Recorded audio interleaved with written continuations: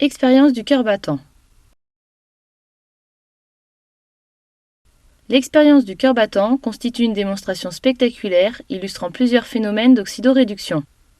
Cette manipulation très visuelle est rarement réalisée car elle nécessite l'utilisation de produits toxiques, le mercure et le dichromate de potassium. Produits et matériel utilisés. Pour réaliser cette expérience, nous allons utiliser un verre de montre de 6 à 7 cm de diamètre, un clou en fer et le matériel nécessaire pour le décaper, du mercure liquide, une solution oxydante de dichromate de potassium à 0,1 mol par litre, de l'acide sulfurique concentré et une solution d'acide sulfurique à 6 mol par litre. Précautions à prendre. Le mercure métallique est liquide à température ambiante. Il fait partie des produits les plus toxiques, surtout par inhalation. Sa pression de vapeur saturante est très faible, mais sa limite de toxicité sous forme gazeuse est aussi très faible. Son évaporation à température ambiante conduit donc facilement à une atmosphère toxique. On peut lire sur le flacon les pictogrammes et les codes des phrases de risque et de sécurité.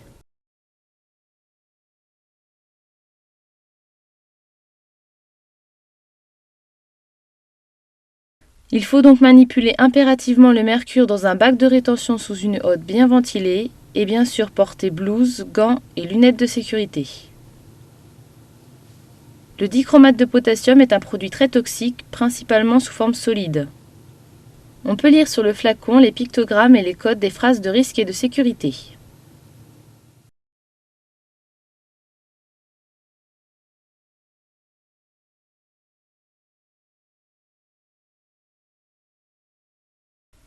Il faut donc manipuler impérativement le dichromate de potassium solide et ses solutions sous une hotte bien ventilée en portant blouse, gants et lunettes de sécurité. L'acide sulfurique est corrosif. Il nécessite aussi le port de la blouse, des gants et des lunettes de sécurité. Expérience. Afin d'éliminer sa couche d'oxyde, on gratte le clou avec du papier de verre.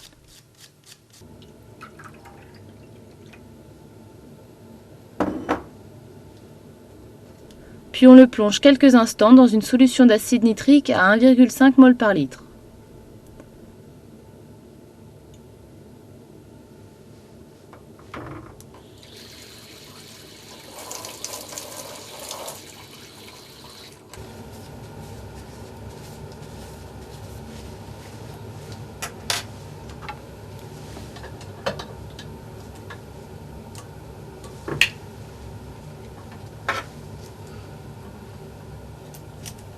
On accroche le clou en fer grâce à un système de flexible et de pince.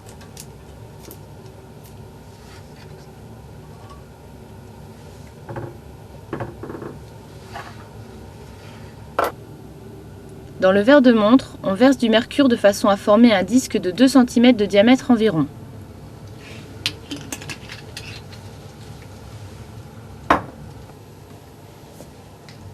La pointe du clou doit être en limite de contact avec le mercure dans le plan horizontal de la goutte.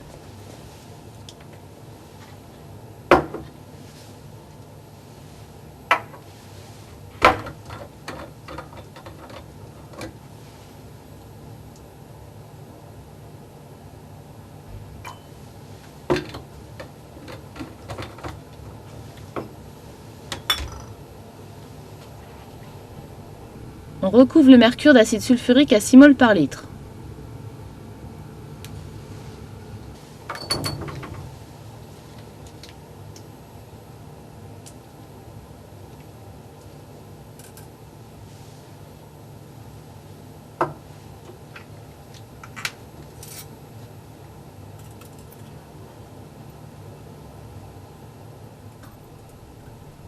On ajoute environ 1 cm3 de dichromate de potassium à 0,1 mol par litre. On remarque la couleur orangée caractéristique de cette solution.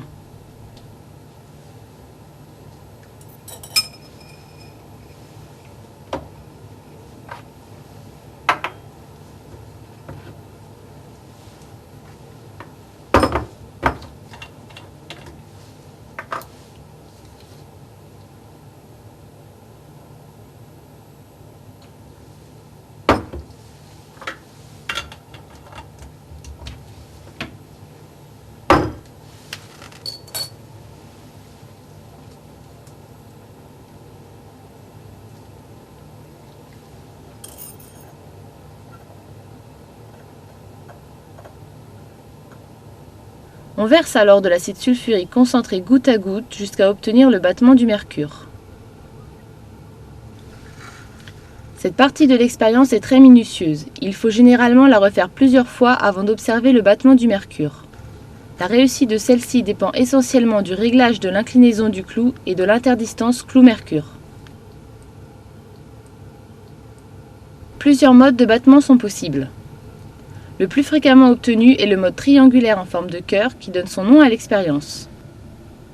La durée du battement est variable, de quelques minutes à éventuellement quelques heures. Si le contact clou-mercure est rompu, le battement cesse.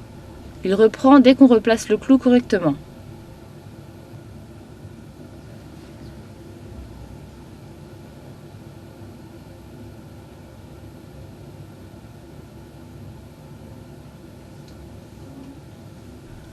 Le battement continue tant qu'il reste du dichromate de potassium.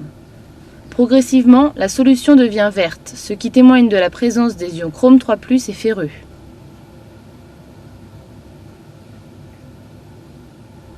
Quand la quantité d'ions dichromate diminue, le battement change de forme puis s'arrête.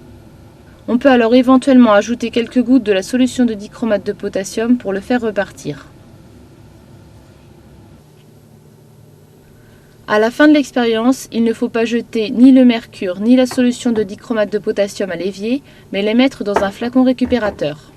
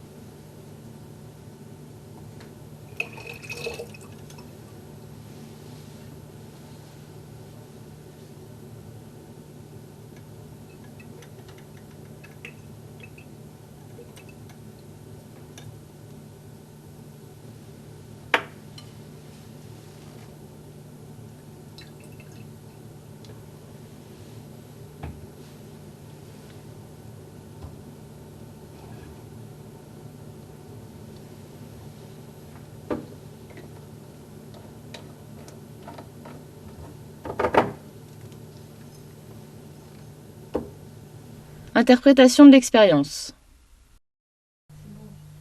Ce phénomène s'explique par la variation de la tension superficielle du mercure.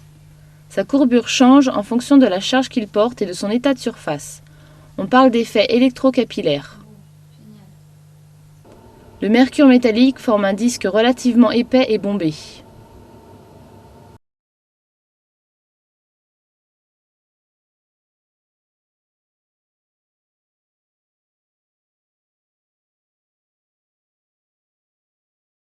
En milieu sulfurique, le mercure est oxydé chimiquement en sulfate mercureux. Il perd des électrons, sa tension superficielle change, entraînant l'aplatissement du disque.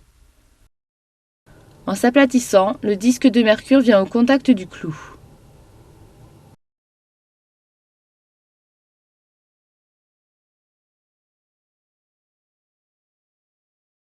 La couche superficielle de sulfate mercureux est réduite en mercure par le clou en fer. La goutte de mercure retrouve alors sa tension superficielle initiale. Le disque se contracte jusqu'à ne plus toucher le clou. Le battement est dû à la répétition de ces deux étapes, c'est-à-dire à l'alternance d'une phase d'oxydation du mercure et d'une phase de réduction du dérivé mercureux formé en surface. Remarque. On observe un dégagement gazeux sur le clou. Cette réaction est une réaction parasite d'oxydation du fer par l'acide sulfurique. Dans cette expérience, le clou sert uniquement de réservoir à électrons en permettant la réduction du sulfate mercureux. Conditions expérimentales. Influence de la concentration en dichromate de potassium. Cette concentration n'est pas quelconque. Pour une concentration trop faible, par exemple 10-2 mol par litre, les oscillations dépendent des concentrations des autres oxydants présents dans le milieu, c'est-à-dire le dioxygène et les ions hydronium.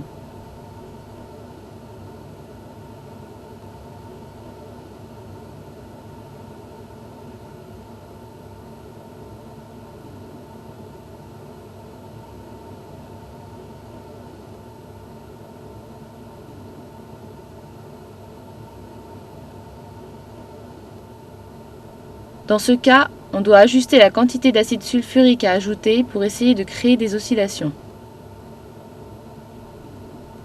Généralement, celles-ci sont difficiles à obtenir et peu stables.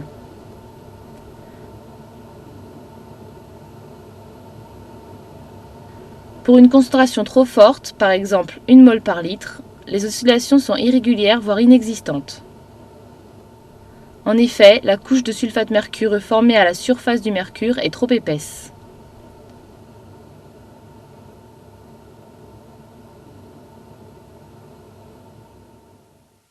Influence de la quantité d'acide sulfurique.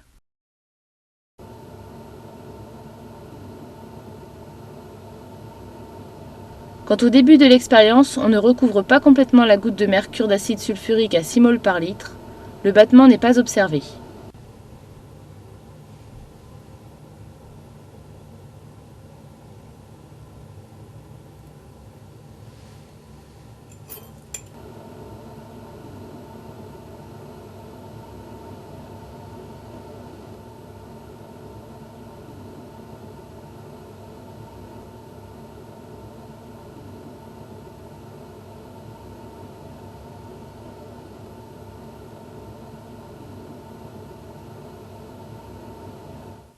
Traitement des produits de la réaction.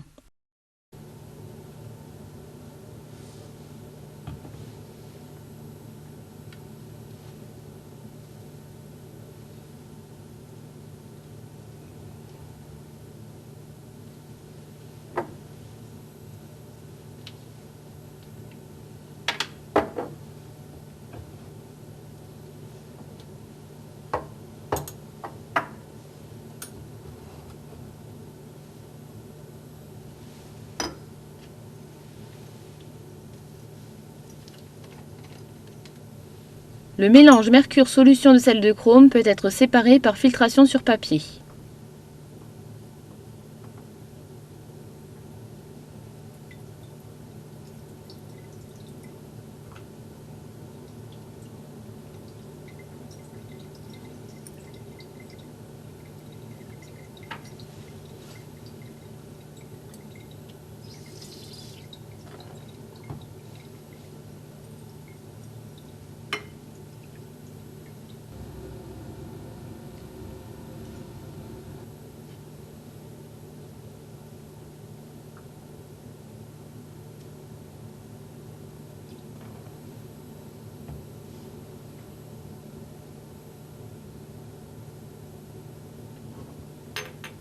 Les sels de chrome sont récupérés dans un premier flacon,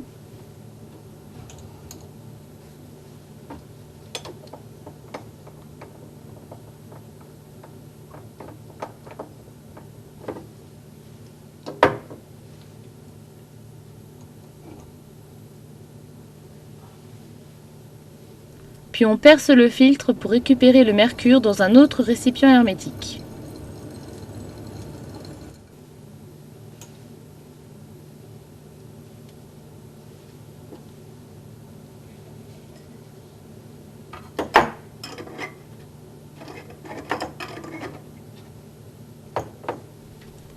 Le mercure filtré est ensuite envoyé pour purification à une société spécialisée.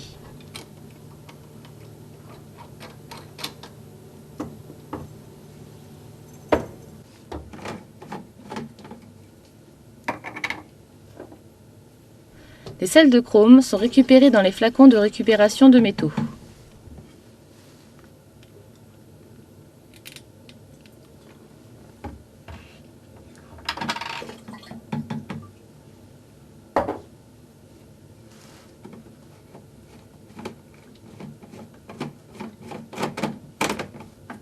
Si malencontreusement du mercure se répand sur la paillasse, comment le récupérer? Il existe de très nombreuses méthodes de récupération du mercure métallique. Nous allons en voir 3 exemples. Une première méthode mécanique consiste à aspirer le mercure dans un piège relié à une trompe à eau.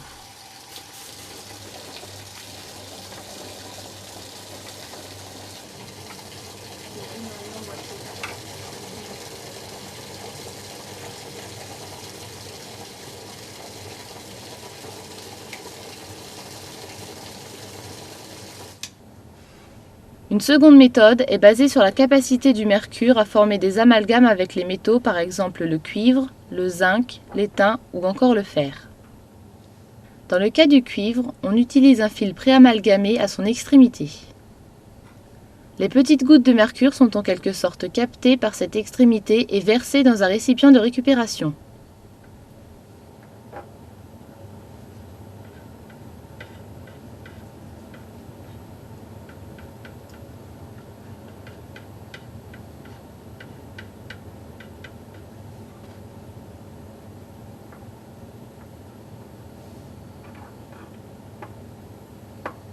Une troisième méthode est basée sur la facilité de formation de sulfure de mercure. On répand sur la surface contaminée de la fleur de soufre, on laisse agir, puis on récupère le mélange dans un flacon.